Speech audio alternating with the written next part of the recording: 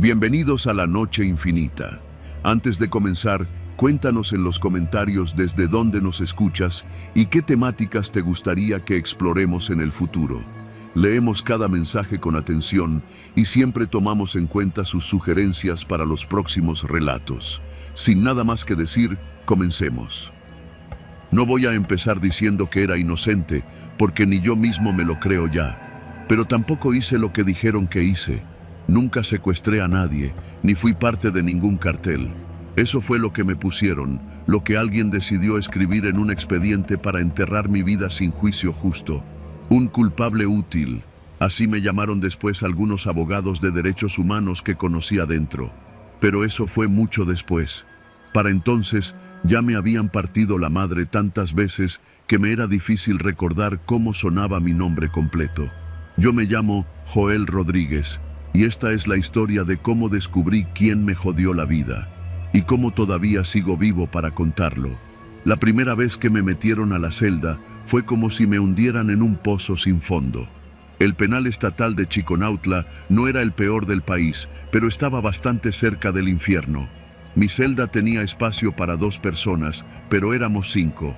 El agua salía una vez al día y las noches eran una constante cadena de gritos, pasos apurados y el eco de puertas metálicas cerrándose con violencia. Pero lo peor no era eso. Lo peor era el turno de noche. Todas las noches, sin excepción, venía uno de los guardias a pasar revisión. Se llamaba Silvestre, o al menos así le decían los otros internos. Un cabrón alto, de piel quemada por el sol y brazos como varillas de acero.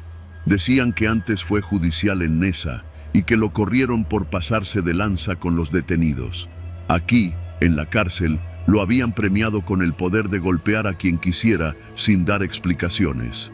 Yo no era la excepción. Silvestre entraba a la celda después del último conteo. Sus botas sonaban secas sobre el concreto. Me sacaba al pasillo, me arrinconaba contra la pared y me preguntaba lo mismo cada noche. ¿Ya te acordaste dónde guardaste la lana? Y aunque le respondía lo mismo, que no tenía lana, que no sabía de qué hablaba, el tipo me soltaba 2, 3 golpes en el estómago o en la espalda baja, lo justo para que no me dejara marcas visibles. Pero dolía igual. Dolía como si cada noche me quitaran un pedazo de algo que no sabía que tenía. Yo pasé 7 meses así, hasta que, un día, vi su rostro y me cayó el 20. Todo comenzó con un taller de derechos humanos al que me metí solo para salir del módulo. A los del módulo 5 nos tenían como animales y cualquier excusa para salir al patio extra era buena. Ahí conocí a don Emilio, un abogado que venía con una asociación civil. Hablaba como maestro jubilado, despacio, con palabras limpias. Nos enseñaba cómo levantar una queja ante la comisión estatal, aunque todos sabíamos que eso no servía de mucho. Un día, don Emilio sacó una carpeta de ejemplos. Expedientes viejos, tachados, sin datos personales, pero con documentos reales. Uno de esos expedientes tenía mi número de carpeta. No sé por qué lo abrí. Tal vez el instinto, o tal vez porque me reconocí en las letras mal impresas. El papel decía: responsable identificado por el agente J.S. López Rivera. Se establece vínculo con célula criminal mediante operativo efectuado en Nezahualcóyotl J.S. López Rivera. Jesús Silvestre López Rivera. Se me secó la garganta. Mi mente se fue a aquel día de mi detención en la colonia Vicente Villada. Recordé los gritos, los golpes, las fotos que me tomaron con un arma que no era mía. Recordé la voz de la gente que me arrestó, áspera, mandona. No le vi bien la cara entonces, pero la voz era la misma que escuchaba cada noche desde hacía 7 meses. El hijo de perra que me golpeaba cada noche era el mismo que me había fabricado los cargos. Ese descubrimiento me destrozó más que los golpes. Me quitó el poco sueño que aún me quedaba. Me convirtió en un manojo de rabia contenida. Pero también me hizo pensar, ¿qué quería de mí? ¿Qué buscaba golpeándome todas las noches? ¿Por qué insistía en lo de la lana? Y fue entonces cuando empecé a notar los detalles. Silvestre no golpeaba al azar, solo iba por ciertos internos. los que, como yo, no tenían familia que los visitara, los que no hablaban mucho, los que tenían expedientes con confesiones firmadas con sangre. A todos les hacía la misma pregunta. Ahí entendí que Silvestre no era solo un perro de cárcel, era parte de algo más. Estaba buscando algo, o asegurándose de que no encontráramos nada. Comencé a escribir, a escondidas, en hojas que sacaba del taller de lectura, con un lápiz mordido que me prestaba un interno de confianza. Escribí todo, fechas, lugares, lo que decía, cómo lo decía. Me sabía cada palabra de su rutina. Y cuando por fin tuve 4 hojas llenas, las escondí en la tapa suelta del inodoro. No confiaba en nadie, ni siquiera en los otros internos. Una semana después, don Emilio regresó. Le dije que necesitaba hablar con él en privado. Le mostré las hojas. Me temblaban las manos mientras se las pasaba, como si solo tocarlas pudiera causarme más daño. Él las leyó con calma. Luego me vio con una mirada que no voy a olvidar jamás. Era mezcla de compasión y miedo. ¿Estás seguro de esto, Joel? Asentí. Estaba más seguro de eso que de cualquier otra cosa en mi vida. Este tipo, si lo que dices es cierto, está operando desde dentro para mantener sus mentiras vivas. Guardó los papeles en su maletín. Pero esto no será rápido, ni fácil. Lo supe desde el primer golpe. Los meses siguientes fueron una batalla de silencios. Silvestre seguía entrando cada noche, pero ya no decía lo mismo. Ahora solo me miraba. A veces me empujaba contra la pared, como recordándome que aún tenía el poder. Pero ya no me golpeaba. Ya no me preguntaba por dinero. Yo solo lo miraba fijamente a los ojos, y cada vez que lo hacía, veía el miedo. Un miedo que intentaba ocultar tras su cara de perro rabioso, pero que yo ya sabía detectar. Sabía que alguien le había hablado, que algo se estaba moviendo afuera. Un día, simplemente no volvió. Nos dijeron que lo habían reasignado. Otro guardia ocupó su lugar. Nadie dijo nada, pero algunos internos me miraban con respeto, como si supieran, como si me lo reconocieran en silencio. Don Emilio volvió semanas después. Me entregó un documento sellado. Era una notificación de apertura de revisión judicial, firmada por el Tribunal de Amparo. Un juez había decidido reexaminar mi caso por irregularidades sustanciales en la investigación. Era solo el comienzo, pero para mí era más de lo que jamás pensé posible. Han pasado 2 años desde entonces. Sigo aquí, esperando que la justicia haga lo que no hizo la primera vez. Pero ahora ya no me siento invisible. Cada noche duermo con los ojos cerrados, y en mis sueños, el tipo que me fabricó los cargos sigue rondando los pasillos de alguna cárcel, pero esta vez con el uniforme al revés. Porque a veces, el verdadero castigo no viene con esposas, viene con miedo. Con el miedo de que alguien, algún día, diga la verdad en voz alta. Yo ya lo hice. Ahora me toca esperar que escuchen.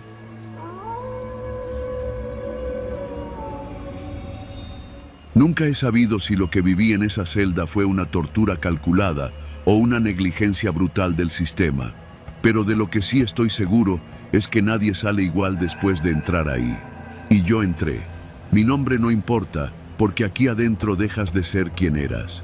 En la prisión de Valle Hermoso, allá por el norte de Tamaulipas, solo eres un número, una cara más entre celdas húmedas y gritos nocturnos que no se disuelven ni con el alba. Caí por robo a mano armada, lo acepto. La desesperación me llevó ahí. Un atraco mal planeado a una joyería del centro. Me atraparon en el segundo semáforo. Idiota. Me condenaron a 10 años. Pero el infierno no fue la sentencia. El infierno fue la celda de castigo. La llaman el huevo. No por su forma, sino porque no hay ventanas. Nada entra, nada sale. Paredes de concreto espeso y un foco que no se apaga. Nunca. Un cubículo de 3 metros por 2, sin reloj, sin voz humana.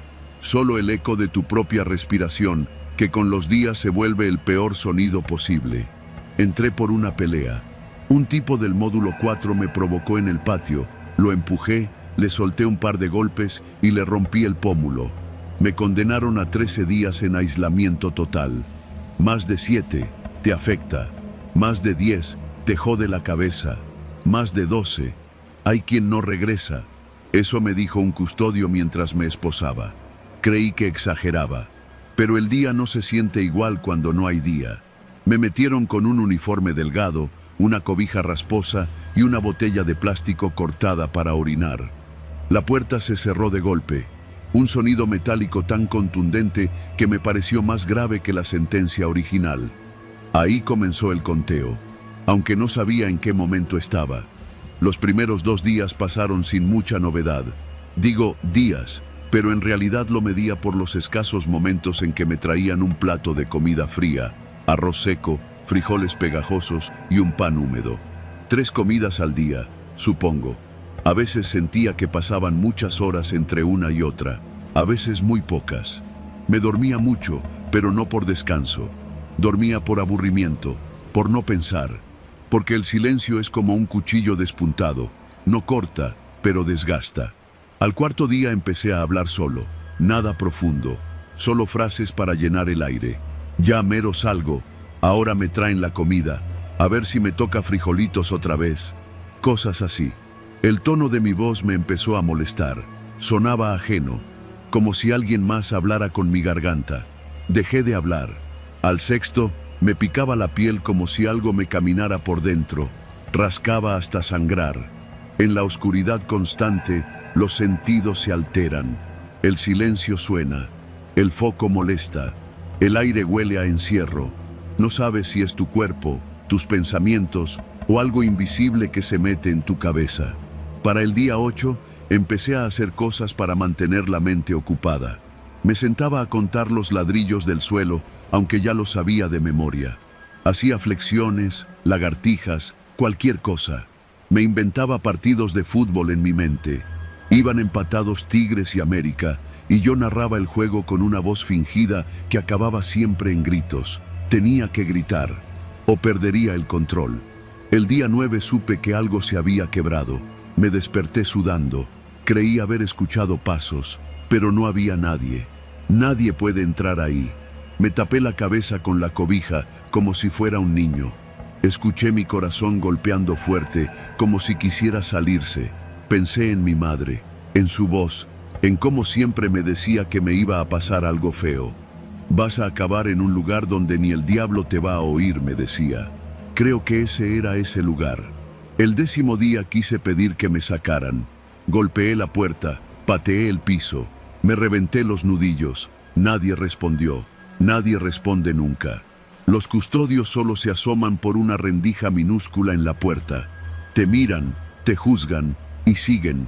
Están entrenados para no sentir lástima, porque la lástima en la cárcel es peligrosa. Aquí, el que muestra compasión pierde poder.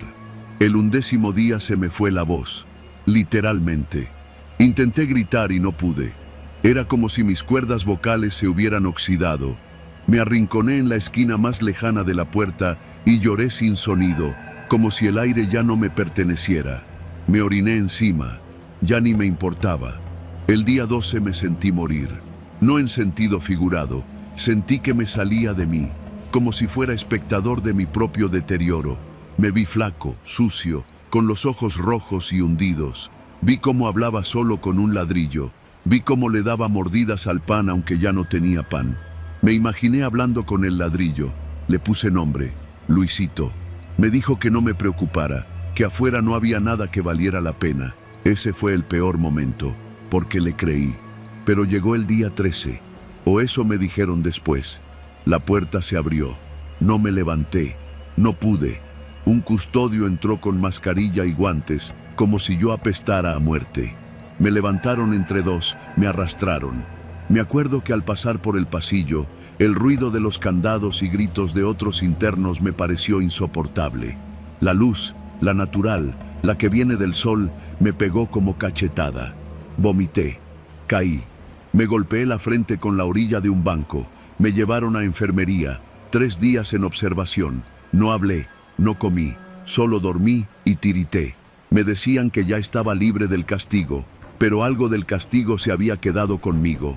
Después supe que habían apostado por mí. Sí, así como lo lees. Los internos más viejos, los que controlan el módulo 3, apuestan en secreto con algunos custodios cuánto aguanta un tipo nuevo en el huevo. 13 días era el límite seguro. Dicen que uno duró 16. Salió sin hablar. Se ahorcó 2 semanas después con su propia camiseta. Yo duré 13. Y ganaron buena lana. Un tipo llamado El Cholo me lo confesó en la cancha de básquet semanas después. Me dijo que me veía más flaco, más callado, pero que ahora ya sabía cómo se huele el miedo real. Y que eso, en este lugar, es valioso. No he vuelto a ser el mismo desde entonces. Camino más despacio. No me enojo. No me meto en peleas. Duermo con la cobija sobre la cara. Y a veces, cuando cierro los ojos, Luisito me vuelve a hablar. El ladrillo. Me dice que algún día voy a regresar al huevo, que no importa cuánto tiempo pase, que ahí es donde pertenezco, que allá nunca hay decepciones, porque nada cambia. Yo sé que es una mentira, pero parte de mí lo cree, y eso es lo peor de todo.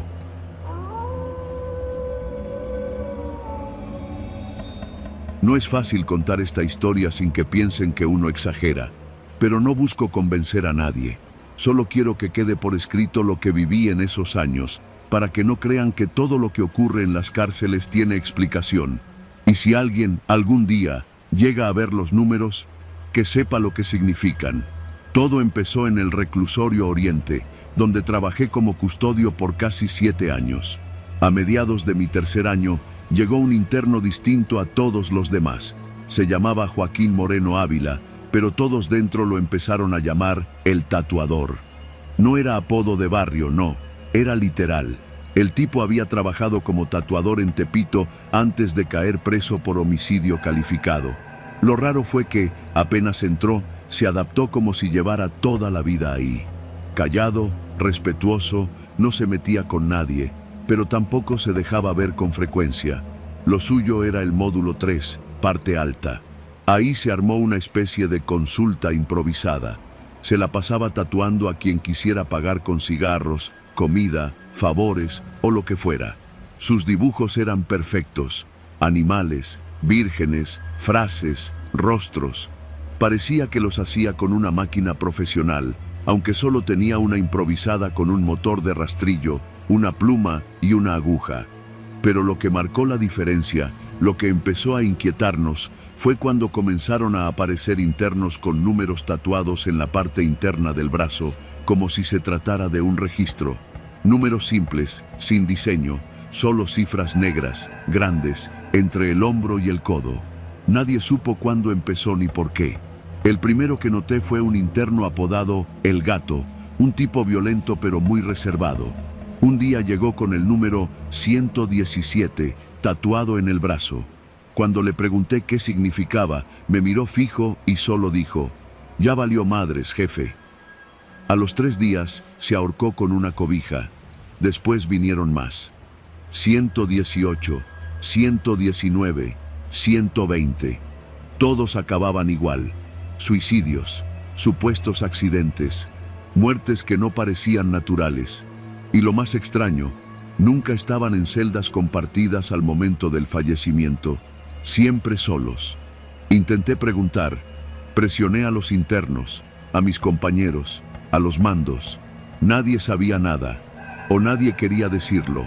Algunos custodios decían que eran coincidencias, pero otros ya empezaban a evitar el módulo 3.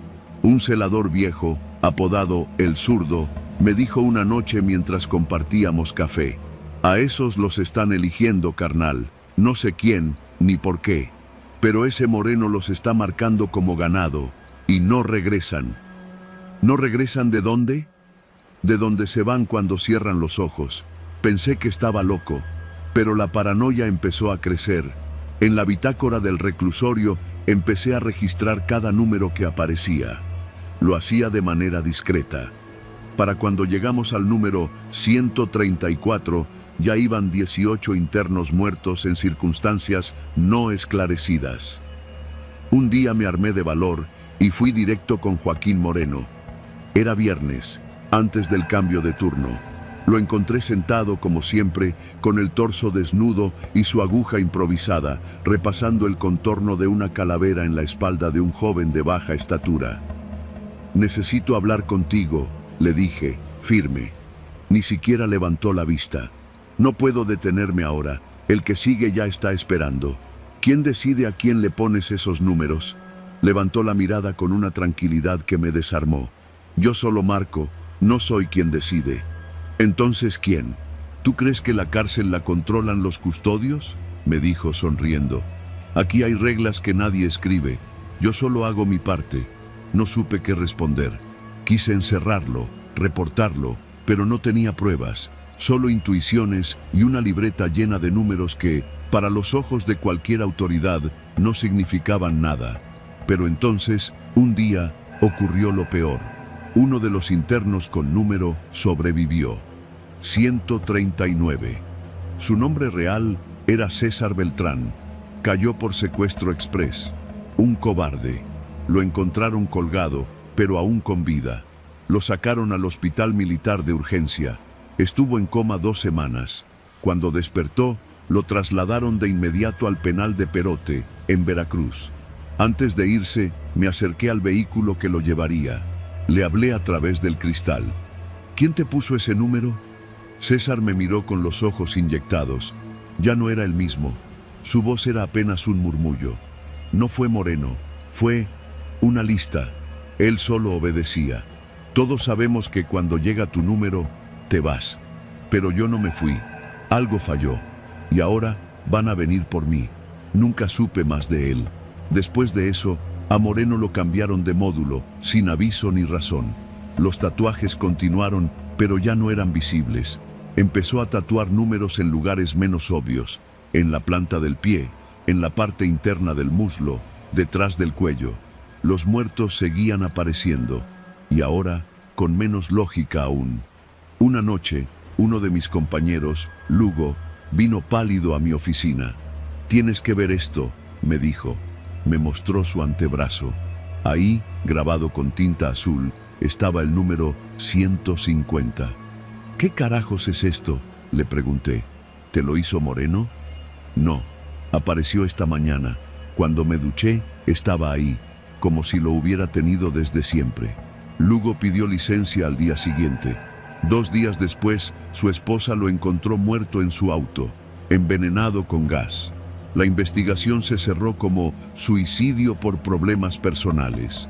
A esas alturas ya no dormía bien. Empecé a revisar mi propio cuerpo cada mañana. Buscaba tinta, marcas, cualquier señal. Vivía en alerta constante. Estaba convencido de que, si me marcaban, no saldría vivo. La idea de renunciar me cruzaba todos los días, pero no podía. No mientras no entendiera qué estaba pasando. Entonces, ocurrió algo aún más perturbador. Encontré, escondida en uno de los cajones del módulo 3, una libreta. No era de Moreno, era vieja, ajada y estaba escrita a mano.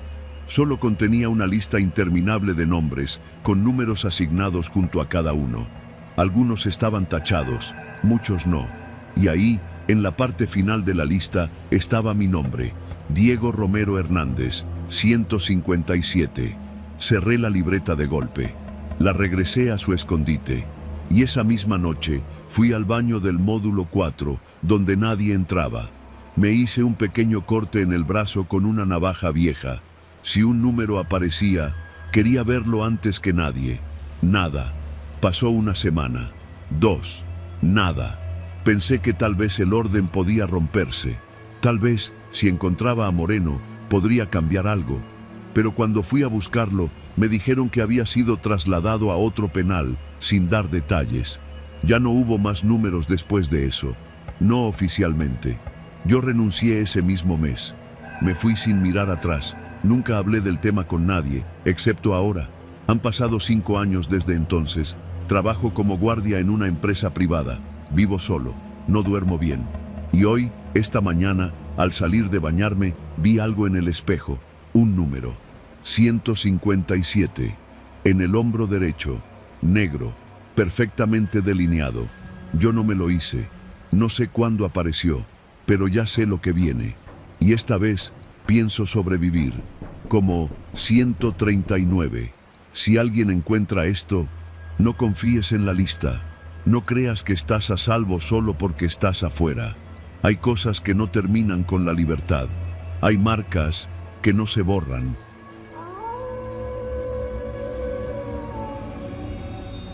Me llamo Jacinto. No tengo apodo. En este lugar, los apodos son como anclas. Entre más pesan, más profundo te hunden. Llevo 3 años encerrado en el Penal Federal de Occidente, allá por Puente Grande, en Jalisco. Vine por un asalto a mano armada que acabó mal. Uno de los nuestros disparó sin pensar y mató a un civil. Yo era chofer, ni siquiera llevaba arma. Pero ya ves cómo funciona esto. Si estás cerca cuando se jode todo, te tragan junto con los culpables. Me asignaron al módulo 5, conocido entre los internos como el módulo callado. Desde fuera parecía igual a los otros. 3 pisos, celdas numeradas, rutina estricta. Pero desde la primera noche supe que había algo torcido, algo que no encajaba.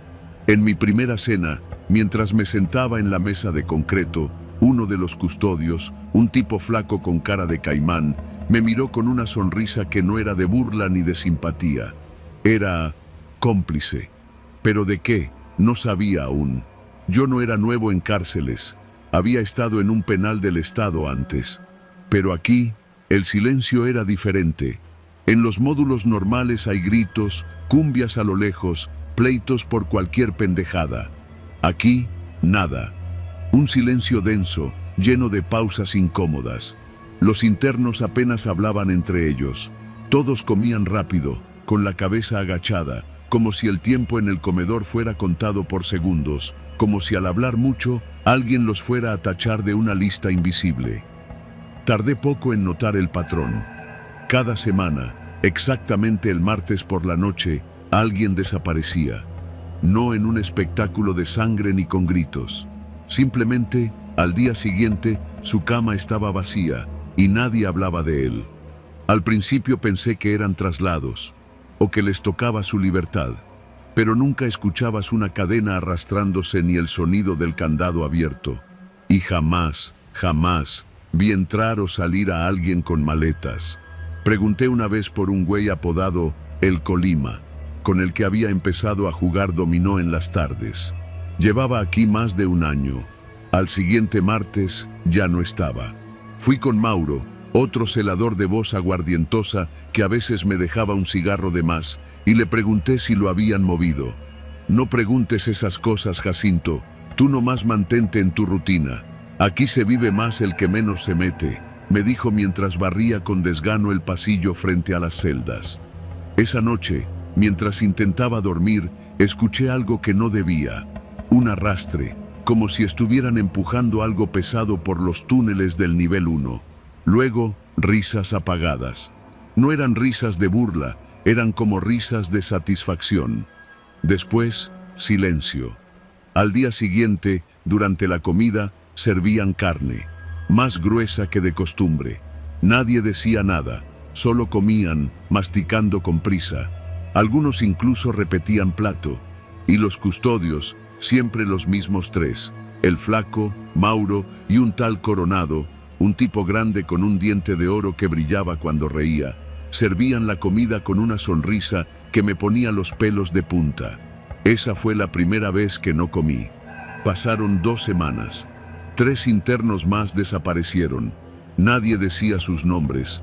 Nadie preguntaba. El ambiente se volvió más tenso. Yo comencé a dormir con un ojo abierto. Me di cuenta de que las desapariciones eran seleccionadas. No se llevaban a los más débiles, ni a los nuevos. Era como si eligieran a quienes preguntaban demasiado o a los que dejaban de seguir la rutina. Entonces cometí un error. Empecé a llevar una cuenta en mi libretita, escondida dentro del colchón. Anotaba los nombres y las fechas. Me obsesioné con encontrar un patrón. ¿Por qué el martes? ¿Por qué solo del módulo 5? Y como todo idiota que juega al detective, me tocó. El lunes por la noche, mientras me cepillaba los dientes, vi a Mauro afuera de mi celda. No me hablaba, solo miraba mi colchón. Sus ojos bajaban y subían como si calculara algo. Esa noche me costó trabajo dormir. Dejé la libretita en otro lugar, bajo el lavabo, dentro de una bolsa negra. A las 2 de la mañana desperté por un ruido. Pasos suaves, afuera de la celda. No venían por mí, no todavía. Vi por la ranura de la puerta. 2 sombras arrastraban algo. No era un cuerpo, era un interno, vivo. Me acerqué más. Era el gordo Toño, del piso de arriba. Llevaba una mordaza en la boca. Su mirada no era de miedo, era de resignación. La escena fue rápida. Lo metieron en una puerta lateral que nunca había notado abierta. Luego se escuchó el chirrido de un montacargas. 10 minutos después, todo volvió a estar en calma. Al día siguiente, me obligué a comer. Carne, de nuevo, sangrienta, servida por Coronado, que me guiñó el ojo mientras dejaba la charola en mi mesa. El mismo guiño que me hubiera dado alguien que comparte un secreto. No aguanté. Vomité en la bandeja. Uno de los internos, un anciano seco como una varilla, se me acercó en voz baja. Traga, Jacinto. Aunque sepa a infierno, traga. Pero yo ya sabía, o al menos imaginaba. No eran traslados, no eran fugas, nos estaban usando. Y el martes siguiente me tocaba a mí. No esperé. La noche del lunes me fingí enfermo. Me oriné encima, me retorcí en la cama. Mauro llegó a verme. ¿Qué tienes, animal? Me duele la panza. Creo que me comí algo echado a perder, le dije entre arcadas falsas. Me llevó a la enfermería, bajo vigilancia. Allí supe que era mi única oportunidad. La enfermería estaba junto al área de mantenimiento. Cuando Mauro se distrajo, pedí ir al baño. Corrí, salté la reja del lavadero y me metí entre ductos. No buscaba escapar del penal, eso era imposible. Solo quería llegar al corazón de lo que estaba pasando. Pasé por detrás de los refrigeradores del comedor, un lugar donde ningún preso debía estar, y allí lo vi.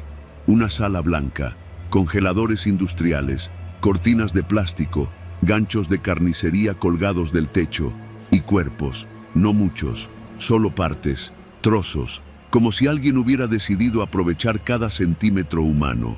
Unos con tatuajes reconocibles, uno con el anillo que Toño siempre usaba. Tuve que taparme la boca para no gritar. Vi también una libreta, igualita a la mía, pero esta era más vieja, amarillenta, y tenía al menos 50 nombres tachados. En la última hoja estaba el mío, Jacinto M. Próximo martes. Salí de ahí como pude. Fingí que me había desmayado. Me encontraron cerca del patio. Mauro me vio. No dijo nada.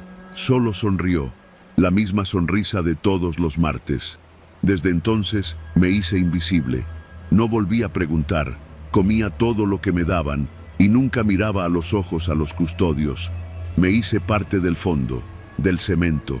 Pasaron meses, luego un año. Una tarde vino un licenciado a decirme que gané un amparo por reducción de condena. Un tecnicismo legal. No lo podía creer. Fui liberado un lunes, antes del martes. Al salir, me entregaron una bolsa con mis cosas. Todo estaba ahí, menos mi libreta. Desde entonces no como carne. Y cuando paso frente a una carnicería y veo las piezas colgadas, crudas, brillantes, no puedo evitar pensar en el módulo 5, donde nadie pregunta, donde los custodios solo sonríen, y donde cada martes alguien se convierte en alimento.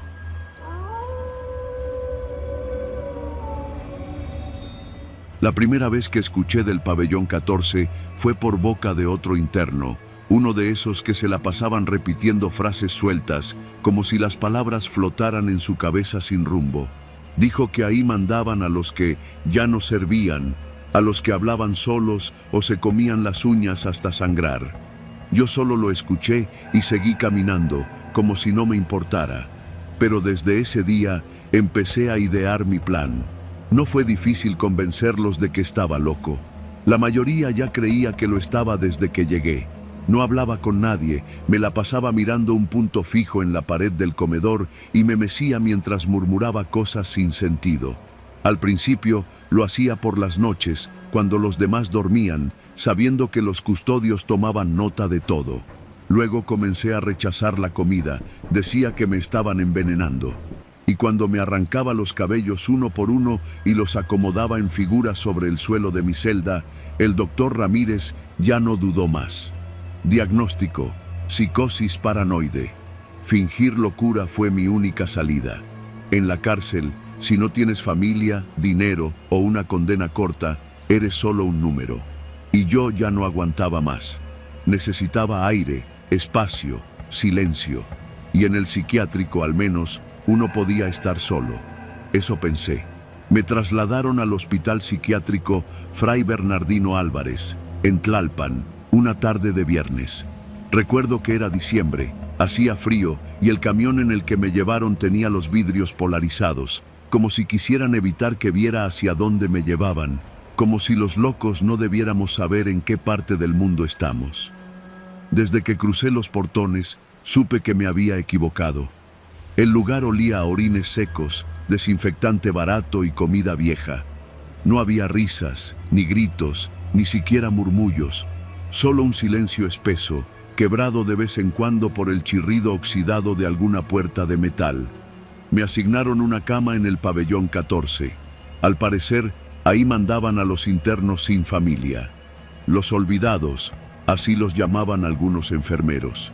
La celda, porque eso era, tenía una cama de concreto, una colchoneta delgada y una ventanilla diminuta que apenas dejaba entrar la luz. No tenía espejo, ni objetos cortantes, ni privacidad para ir al baño.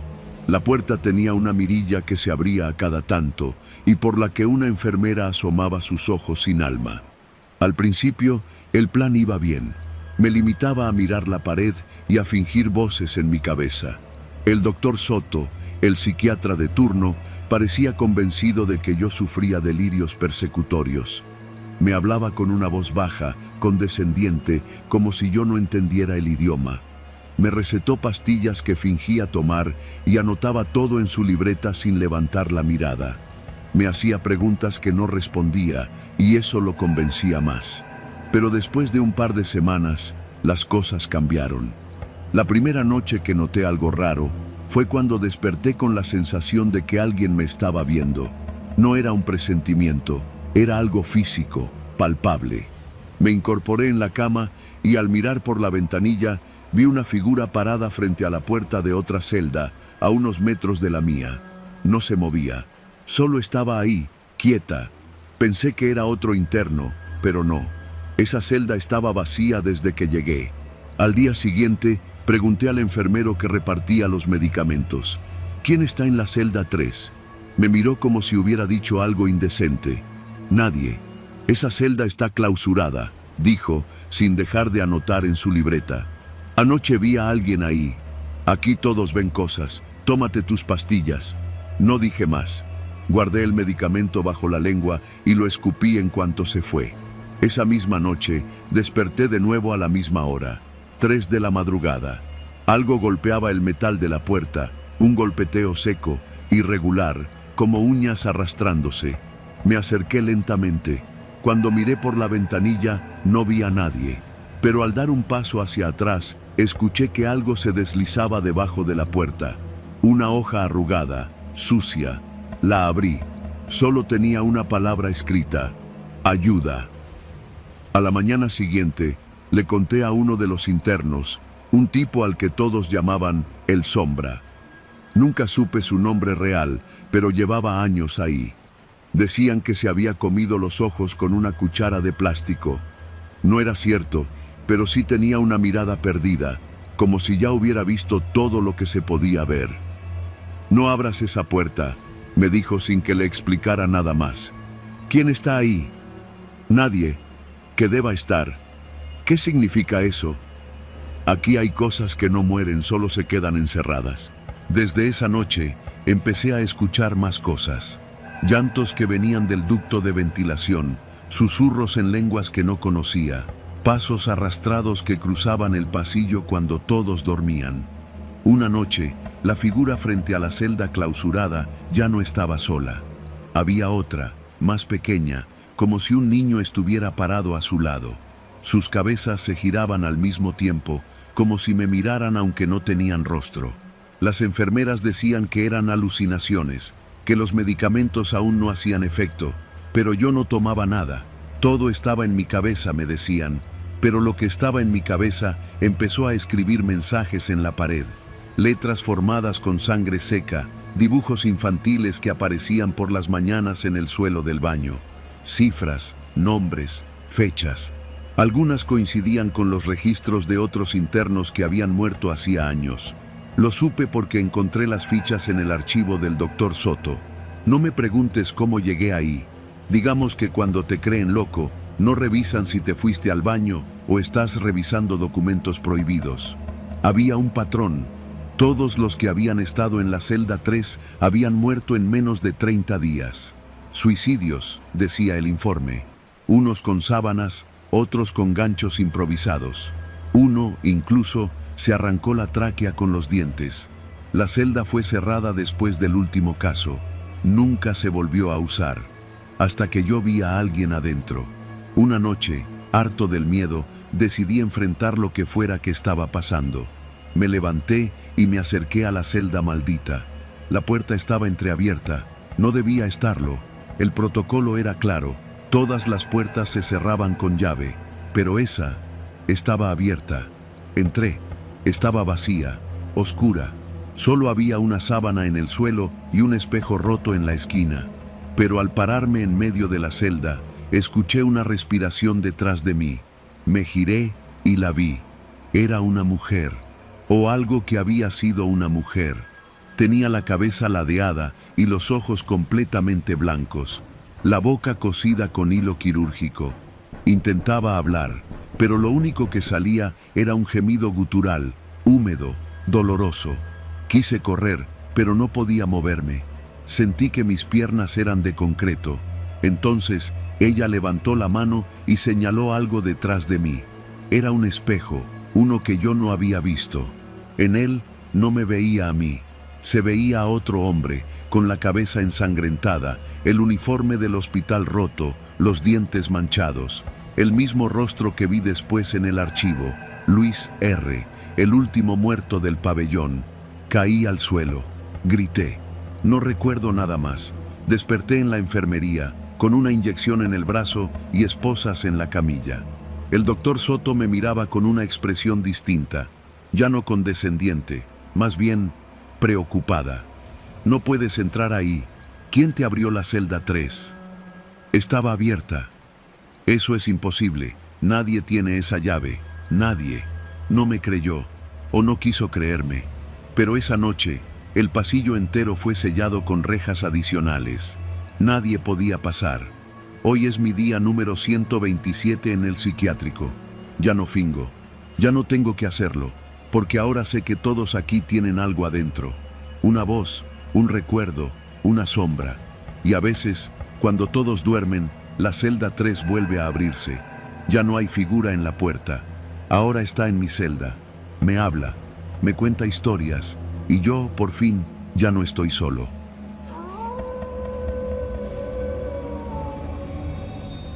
No tengo reloj, pero sé que hoy es día 15 porque me llegó la carta. Siempre llegan el 15 de cada mes, sin falta, como si el mundo allá afuera siguiera girando mientras acá dentro el tiempo se estanca. Me llamo Rodrigo y llevo ya 6 años encerrado en este penal de máxima seguridad, al norte de Sonora, muy cerca de la frontera. Me dieron 30 años, sin derecho a reducción. No me quejo. Las cosas que hice, las merezco. Lo que no entiendo, lo que nadie entiende, es por qué carajo sigo recibiendo cartas de mi esposa si ella murió hace 2 años. Y no fue un rumor de pasillo. Yo mismo firmé su acta de defunción, vi su cuerpo en la plancha, la enterraron con los papás en el Panteón Viejo de Culiacán. Esa noche llovió como pocas veces, pero las cartas siguen llegando, cada una en el mismo sobre color crema, la letra idéntica, su letra, y siempre selladas con tinta roja. Lo más extraño no es eso, sino el remitente, Comandante LB, que es justo quien las reparte cada vez que hace su ronda. Aquí no se permite correspondencia directa, todo pasa por filtro. Las cartas deberían llegar sin sobres, abiertas, con las partes censuradas por el área legal del penal, pero estas no. Estas me las entrega él personalmente en su ronda de media tarde cuando se hace el cambio de turno. Yo estoy en el módulo más aislado del penal, el bloque G, celda número 13. Nadie quiere esta celda. Dicen que da mala suerte. Para mí, mala suerte fue haber confiado en los hermanos Galindo. La carta de hoy huele a lavanda, como todas. A veces no las abro de inmediato. Hoy sí. Mi amor, hoy soñé contigo. Estabas peinándote en el patio de casa, con esa cara de tonto que pones cuando te da el sol directo. Yo estaba lavando ropa y tú me hacías bromas para que dejara el balde. Lo hacías mucho, ¿te acuerdas? Te extraño cada día, Rodrigo. Aquí afuera todo sigue igual. Las vecinas siguen chismosas y la señora de la tienda ya subió otra vez el precio del pan. Me da coraje no poder tocarte, pero al menos puedo escribirte. Te pienso todas las noches. No dejes que ese lugar te quite lo bueno que tienes. A veces escucho cosas que me hacen pensar que no estás solo ahí dentro. Cuídate.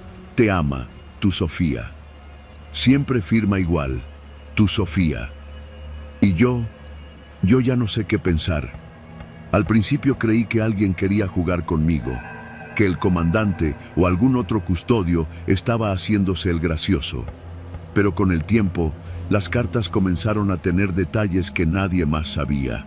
Cosas que solo ella podía saber, como la vez que me escribió sobre el nombre que le habíamos pensado a nuestro hijo, ese que nunca nació. Ni mi madre sabía eso, ni nadie, solo nosotros. Algunos días me convenzo de que estoy perdiendo la razón. Pero luego viene la carta siguiente, como un maldito anzuelo que me jala hacia ella, hacia la posibilidad imposible de que Sofía esté viva, o algo peor, que alguien esté usando sus recuerdos. Decidí hablar con el comandante. Fue después del desayuno.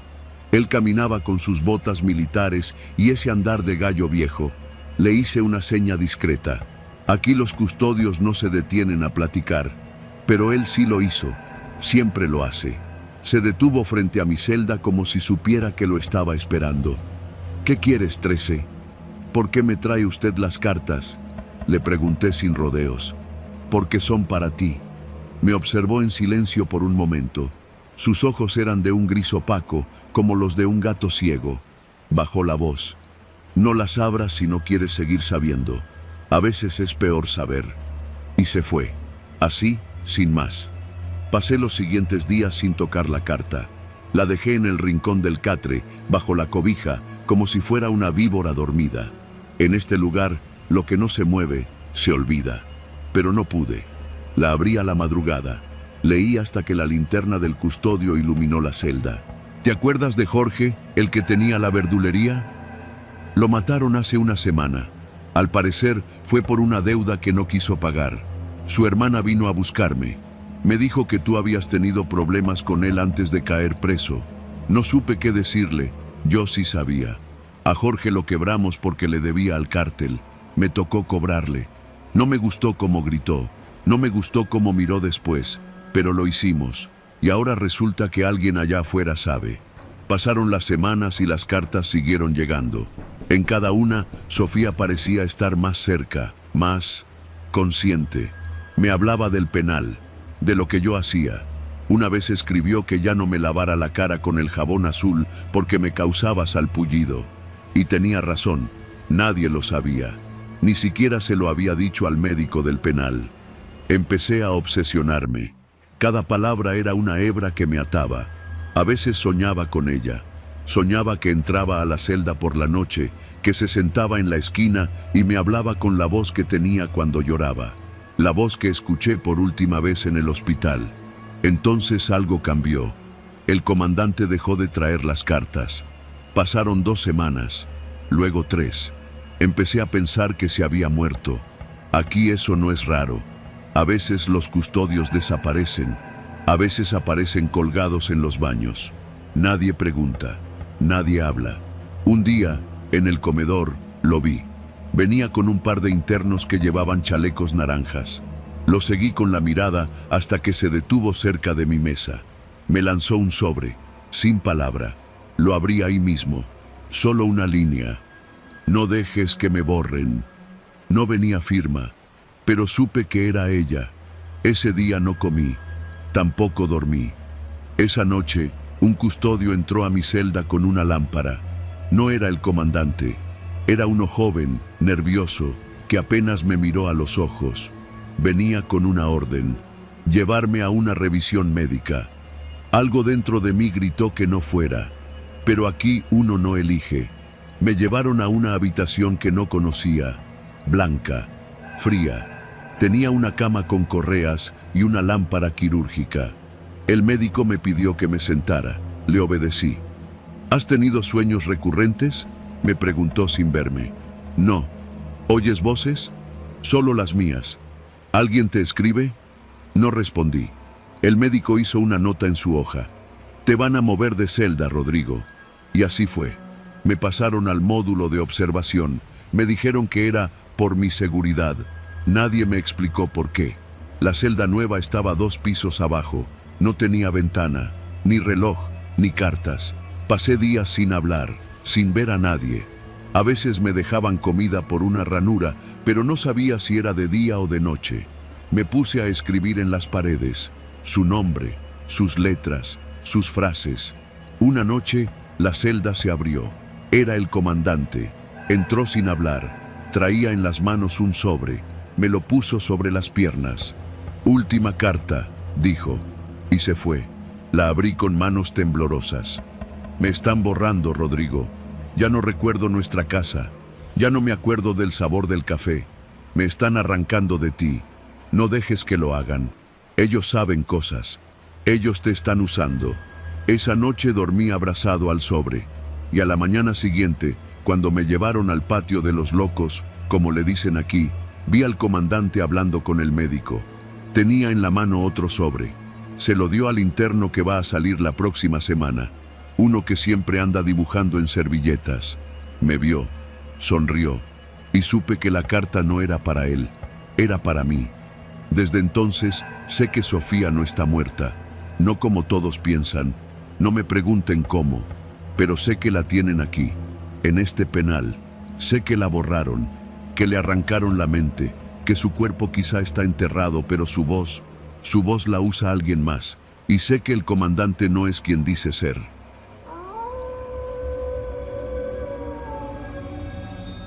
Yo no sabía que esa llamada iba a cambiar mi vida. Era miércoles, como a las 3 de la tarde, cuando sonó mi celular. El número no lo tenía guardado, pero vi que era de San Luis Potosí. Contesté solo por curiosidad, pensando que sería otra llamada de ventas o algún error. Pero del otro lado escuché una voz áspera, directa, de esas que uno reconoce de inmediato como de cárcel. ¿Eres Elías?, preguntó el tipo sin presentarse. Sí. ¿Quién habla? Tengo trabajo para ti, pero tienes que venir en persona, aquí en La Pila. Me quedé en silencio. La Pila es el centro penitenciario más grande del estado, y yo era editor de video freelance. Había hecho trabajos para organizaciones civiles, incluso un par de campañas políticas. Nada ilegal, aunque sí había hecho cosas grises. Pero nunca me habían llamado desde una cárcel. Jamás. ¿Tú quién eres?, pregunté, ya sintiendo el sudor en la nuca. Di que vienes de parte de El Güero. En la entrada te van a dejar pasar. No te tardes, hoy mismo. Y colgó. Desde la entrada supe que algo no estaba bien. El guardia ni siquiera revisó mi mochila, solo me pidió una identificación y me dijo: pasa al área administrativa, tercer portón. Nadie me hizo preguntas, ni siquiera me acompañaron. Caminé solo por pasillos que olían a cloro y humedad rancia, con rejas que rechinaban en cada esquina. Me sentía como si hubiera entrado a otra dimensión. Un interno me estaba esperando al final del pasillo.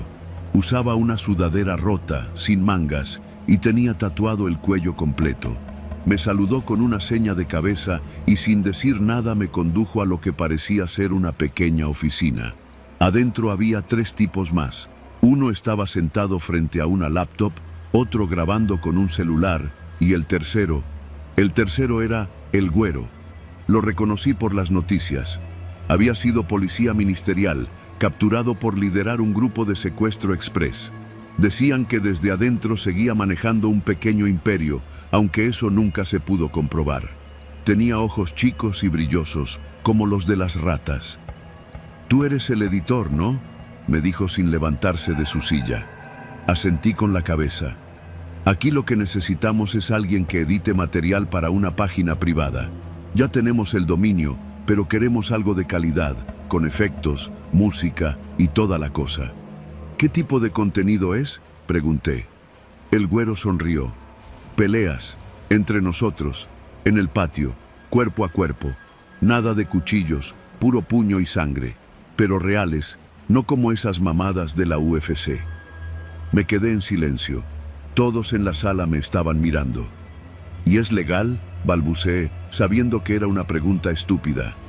«Legal no es, pero tú solo editas.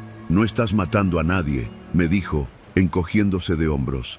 «Si te interesa, pagamos bien». «Muy bien». El que estaba junto a él sacó un fajo de billetes, puro de 500. Lo puso sobre la mesa. «Esto es solo por venir. Si aceptas, mañana te pasamos los archivos. Te los damos en una memoria. Tú editas desde donde vivas. Solo tienes que subir los videos cuando te digamos y mandarnos las estadísticas». Dije que sí. No sé por qué. Tal vez fue la curiosidad, tal vez la necesidad de dinero, tal vez porque en el fondo quería saber qué pasaba allá adentro. Las primeras semanas fueron tranquilas, por decir algo. Me daban las memorias en la entrada del penal, como si fuera un sobre cualquiera. Cada una contenía entre 3 y 5 videos. Usaban celulares para grabar todo. No eran cámaras escondidas ni nada profesional, pero el ángulo, la cercanía, el encuadre, todo estaba demasiado bien hecho para ser casual. Empezaba a sospechar que alguien de adentro sabía lo que hacía. Las peleas se llevaban a cabo en un lugar al que llamaban el patio central, una especie de área común cercada por muros altos y cámaras oficiales que aparentemente estaban en mantenimiento. Siempre había varios internos rodeando el combate, gritando, apostando, animando a los peleadores como si fuera una función de circo. Pero lo que más me impactó fue que los golpes eran reales. No era teatro. Se oía cómo los nudillos chocaban con hueso, cómo los dientes caían al suelo, cómo uno de los internos escupía sangre por la boca rota. En un video, un tipo terminó convulsionando con la cabeza aplastada contra el cemento. En otro, uno quedó inconsciente y en lugar de parar, el otro le siguió pateando el cráneo hasta que dejó de moverse. Editaba con las tripas hechas nudo, usaba música industrial, tomas en cámara lenta, efectos de sonido para que la violencia se sintiera más cruda. Lo peor era que el sitio, una página oculta en la Darknet, tenía miles de vistas. Gente dejaba comentarios como «más sangre», «ponle cámara térmica», «el próximo que sea a muerte». El güero me llamaba cada 2 o 3 días para decirme qué clips usar, qué recortar y cuáles no. Nunca me decía los nombres de los internos, solo usaban apodos: el Coyote, el Gallo, el Chino. La mayoría eran jóvenes, entre 20 y 30 años, y algunos eran menores. Una noche recibí un mensaje anónimo con un video que no venía de ellos. El remitente decía: «Esto no lo quieren que veas». Al principio creí que era una broma o un virus, pero lo abrí. Era una grabación desde adentro del penal. Mostraba a 2 internos atados con cinta en una bodega, uno de ellos llorando. Una voz en off decía: «Si te rajas, te toca esto». Nadie sale sin pelear. Los forzaban a pelear. Si se negaban, los golpeaban entre varios. Los que perdían no siempre sobrevivían, y los que lo hacían quedaban arruinados. Había uno que ya no hablaba, otro que tenía la mandíbula colgando y otro que se arrastraba por los pasillos como perro. Ese día vomité. Me sentí parte de algo monstruoso.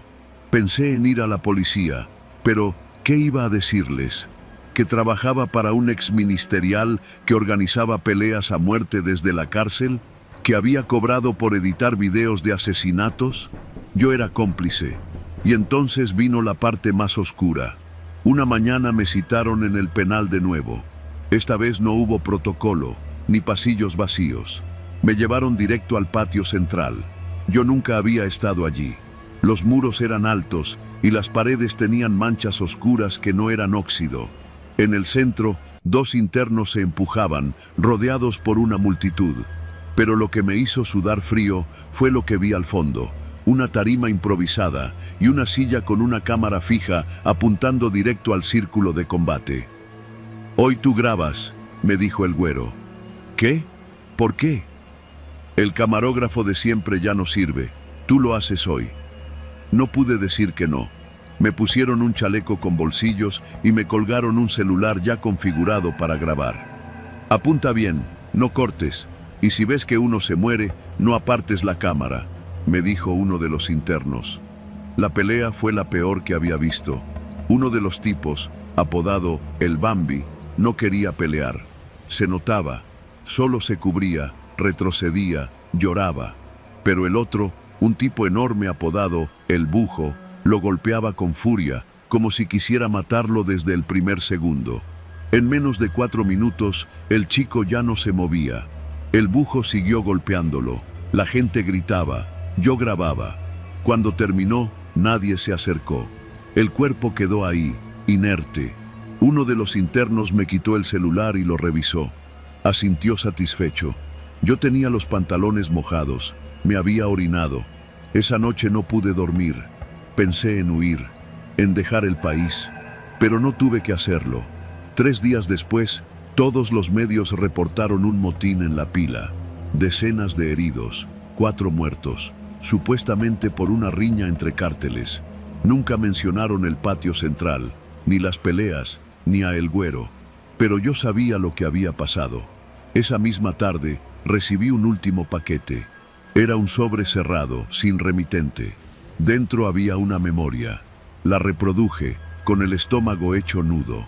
Era la grabación del motín, filmada desde adentro. Se veían los pasillos ardiendo, los internos corriendo, y a El Güero, acorralado contra un muro. Le habían abierto la garganta con un cuchillo improvisado. En el fondo, alguien gritaba, «¡Que se acabe el show!». Cerré la laptop, borré todo, cambié de número, me fui de la ciudad. A veces, por las noches, me llega un mensaje anónimo, solo una palabra. ¿Grabaste? Nunca contesto, pero siempre reviso si mi puerta está cerrada.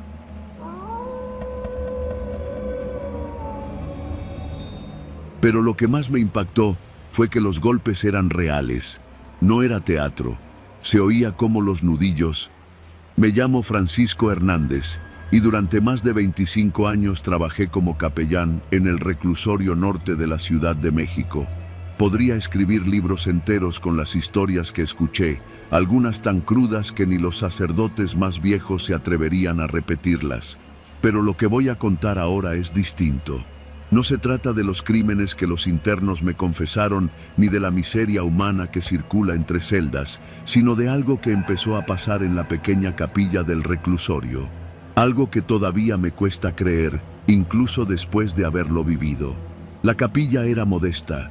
Tenía bancas de madera desgastadas, una figura del Cristo crucificado con la mirada vencida y un altar sencillo donde cada semana celebraba misa. La mayoría de los internos que asistían lo hacían buscando consuelo, paz o simplemente un lugar donde no los molestaran. Otros, los menos, llegaban de verdad arrepentidos. Pero todo cambió un día, hace poco más de 5 años. Ese martes, a primera hora, me asignaron a un nuevo grupo de reos recién ingresados.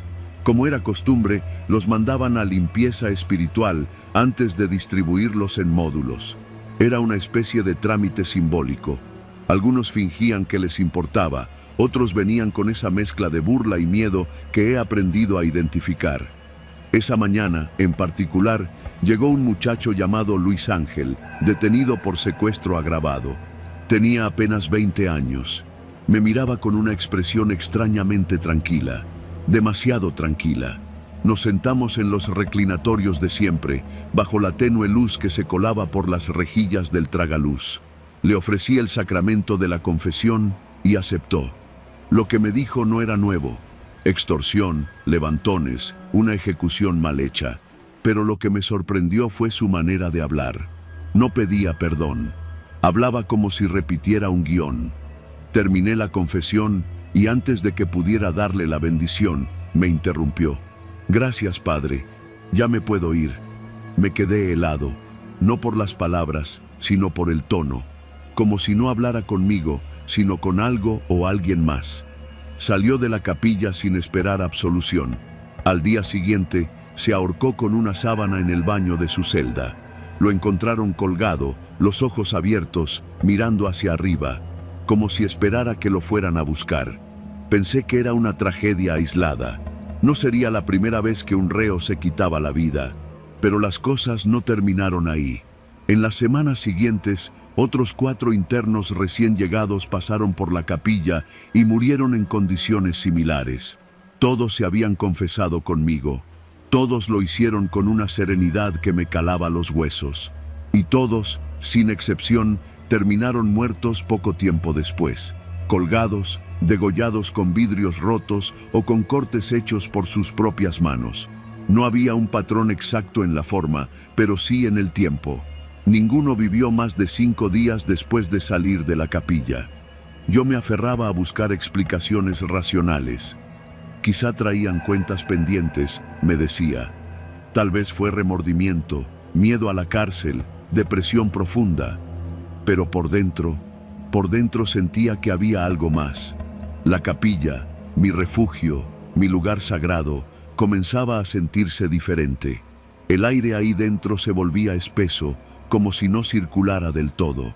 Algunas noches, mientras limpiaba el altar, sentía que alguien más estaba detrás de mí, respirando con una paciencia ajena al mundo. Se lo mencioné a la directora del penal, una mujer firme, de esas que no creen en nada que no se pueda medir o encerrar. Me dijo que no alarmara a los custodios y que no repitiera esas ideas viejas que solo servían para alborotar a los internos. Me callé, pero seguí observando. Con el tiempo, los internos comenzaron a notar lo que ocurría. Algunos se rehusaban a entrar a la capilla. Otros se persignaban antes de pasar frente a ella, como si fuera un panteón. Comenzaron a circular rumores. Decían que la imagen del Cristo movía la cabeza, que el confesionario olía a flores podridas, que por las noches se oía llorar a alguien detrás del altar. Yo, que nunca fui de creer en leyendas de pasillo, empecé a escuchar cosas también. Una noche me quedé solo, organizando las hostias y los cálices. Había apagado todas las luces, salvo la lámpara del altar. Fue entonces cuando escuché que alguien se arrodillaba en la última fila de bancas. No escuché la puerta, no sentí pasos, solo el crujido seco de la madera cediendo al peso. Me giré y no vi a nadie. Caminé por los pasillos, iluminando con una vela. Nada, pero la banca aún estaba caliente. Desde esa noche comencé a tener pesadillas. Veía a los internos que se habían quitado la vida, no como los recordaba en vida, sino tal como los encontraron, con las marcas en el cuello, los ojos abiertos y esa maldita serenidad que no era humana. Me hablaban, pero no con sus voces, me hablaban con la mía. El punto de quiebre fue cuando uno de los custodios se suicidó. No era nuevo, llevaba más de 8 años en el penal, pero una semana antes lo había visto entrar a la capilla, solo. Se sentó en el confesionario, aunque no había nadie más ahí. Me lo confesó después, en la sala de descanso. No sé por qué, padre, pero algo me llamó. No quería entrar, y entré. Murió 2 días después. Se pegó un tiro en la cabeza con su propia arma reglamentaria, justo en la caseta frente a la entrada de la capilla. Entonces comprendí que esto ya no tenía que ver con los reos. Había algo en la capilla, algo que se alimentaba de la confesión, del arrepentimiento, del miedo, o tal vez de la verdad. Empecé a limitar los oficios. Dejé de escuchar confesiones en el recinto. Las hacía en un salón de usos múltiples, sin imágenes religiosas, sin esa penumbra habitual. Y el fenómeno se detuvo. Nadie más se suicidó. Hace 2 meses me jubilé. La capilla sigue ahí, pero ya no se usa. Nadie se atreve. Nadie pregunta. A veces me despierto en la madrugada y sin razón aparente empiezo a rezar el Padre Nuestro. Otras veces me quedo inmóvil, sintiendo que el mismo aire espeso de la capilla ha llegado hasta mi recámara. No sé qué pasó exactamente en ese lugar. Tal vez era el peso de tantas culpas acumuladas, tantas verdades dichas entre susurros que no encontraron consuelo. Tal vez lo que vive en la capilla es solo un eco de todas esas confesiones que no sirvieron para nada. Pero si algo aprendí, es que no todo se puede limpiar con agua bendita. A veces hay cosas que escuchan desde las sombras, y cuando les hablas, ya no te sueltan.